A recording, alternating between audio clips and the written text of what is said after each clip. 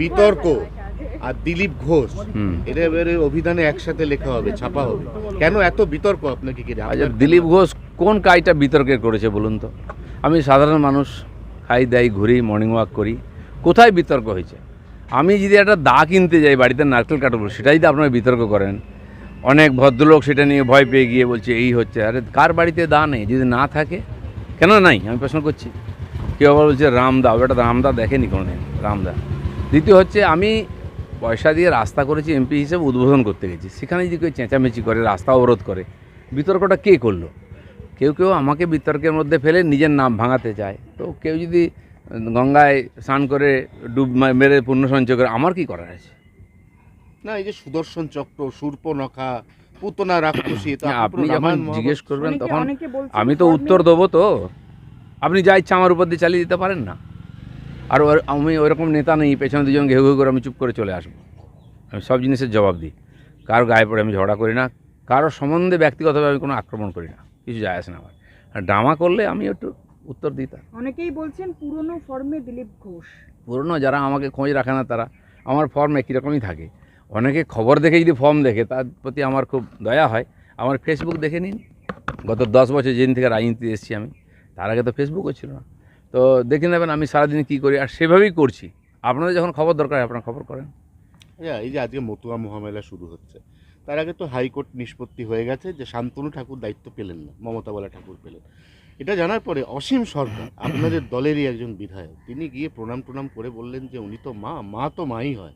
এটাতে কি কোথাও দেখুন, ওটা একটি ধার্মিক সম্প্রদায়ের ব্যাপার, পারিবারিক ব্যাপার এসে যায়। অনেক সংগঠনে আমরা দেখেছি সেখানে পারিবারিক সমস্যাও তৈরি হয় গুরুদেবের পরে অধিকার নিয়ে, কারণ আর্থিক ব্যাপারে চলে আসে। পূজনীয় অনুকূল ঠাকুর এত বড় সাধক, তার পরিবারের সমস্যা হয়েছিল। ব্যবসা নিয়ে আম্বানির সমস্যা, পরিবারের সমস্যা দেখে, এটা পারিবারিক সমস্যা।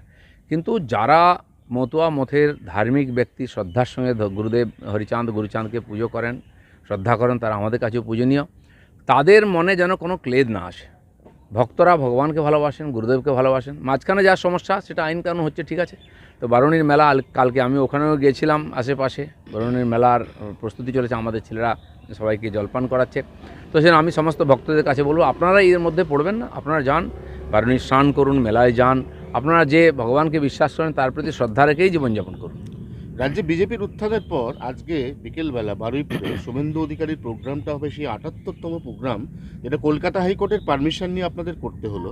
এই জিনিস কিন্তু বাম জমানাতে কোনোদিন দেখা যায়নি। না, যারা আমি দেখলাম বিদেশে গিয়েও মমতা ব্যানার্জি গান্ধীজির কাছে প্রার্থনা করছেন যেন সংবিধানটা থাকে। পশ্চিমবাংলায় কি সংবিধান আছে? যে কোনো সংস্থাকে ধার্মিক ও দুর্গাপূজার জন্য কোর্টে যেতে হয় পারমিশনের জন্য। বিজেপি তো যাই, তো কোর্টে যদি গিয়ে পারমিশন নিয়ে আসতে হয়, তাহলে পুলিশ প্রশাসন এই নিকম্মাগুলো কী জন্য আছে? নপুংসক পুলিশ, যাদের ক্ষমতা নেই একটা ডিসিশন নেওয়ার, একটা সুরক্ষা দেওয়ার। মমতা ব্যানার্জি কি সব ডিসিশন নেবেন? থানার পুলিশ কী করবে সেটা মমতা ব্যানার্জি বলে দেবেন। থানার পুলিশের কাছে পারমিশন বলে এসপির কাছে যান, তো তুমি চাকরি ছাড়ো না। এরকম অযোগ্য লোকগুলো কেন রেখেছে? পুলিশ প্রশাসন যাতে এখানে সুষ্ঠুভাবে সব কার্যক্রম হয় তার দেখার দায়িত্ব। সেই জন্য তাকে আমরা ইনফর্ম করি, দাদা এই প্রোগ্রাম আছে, আপনারা দেখুন যাতে অসুবিধা না হয় কারো। তো তারা আটকাবার জন্য পুলিশ আছে নাকি? তার জন্য কোর্টে যেতে হয়। তাহলে সরকারটাকে লোক এত খরচা করে কেন চয়ন করেছে, কেন নির্বাচিত করেছে? পদত্যাগ করা উচিত। আর আমার মনে হয় সেই জন্য 26 পর্যন্ত লোক অপেক্ষা করছে, এর বিসর্জন দেবে। আচ্ছা, আপনারা তো মমতা ব্যানার্জির উল্টো দিকে হাঁটা নিয়ে অনেক কথা বললেন, অনেক কটাক্ষ করলেন। উনি কালকে একগুচ্ছ মৌ সাইন করিয়েছেন লন্ডনে বসে বসে। উনি 15 বছরের কত মৌ সাইন করেছেন দেখুন, বিশ্ব রেকর্ড হয়ে যাবে। কিন্তু কটা ইনভেস্টমেন্ট হয়েছে, কত টাকা, সেটা খুঁজে দেখুন, এটাও বিশ্ব রেকর্ড হবে। সবচেয়ে কম পশ্চিমবাংলায় যত বড় বড় শিল্পপতি আছেন, যাদের কাছ থেকে ওনারা কাটমানি খান, আমারও পরিচয় আছে কারো কারোর সঙ্গে। আপনি জিজ্ঞেস করুন তো যে গত 10-15 বছরে তারা পশ্চিমবাংলায় কত টাকা ইনভেস্ট করেছে। ইলেকট্রিকের দাম ওনারা ঠিক করে দেবেন, রাজনৈতিক পার্টি কী নেবে না নেবে। বাকি যা কিছু ওদেরকে চেপে রেখেছেন, ওদের জোর করে দাম বাড়াতে বলেন, জোর করে টাকা নেবেন। তারা এখানে কেউ ইনভেস্ট করেন। আমি দিল্লি গেলে বাংলার থেকে বহু বড় বড় শিল্পপতি দিল্লিতে গেলে ব্যবসা করছেন। আমার তাদের সঙ্গে পারিবারিক সম্পর্ক, বাড়িতে যাই, খাওয়া দাওয়া করে গল্প করি। তাহলে কী হলো? কলকাতায় টাকা কামাচ্ছেন, এখানে পালিয়ে এসছেন, ইনভেস্ট করছেন, কলকাতায় করুন বলে করবো, আপনারা ক্ষমতায় আসুন। আচ্ছা।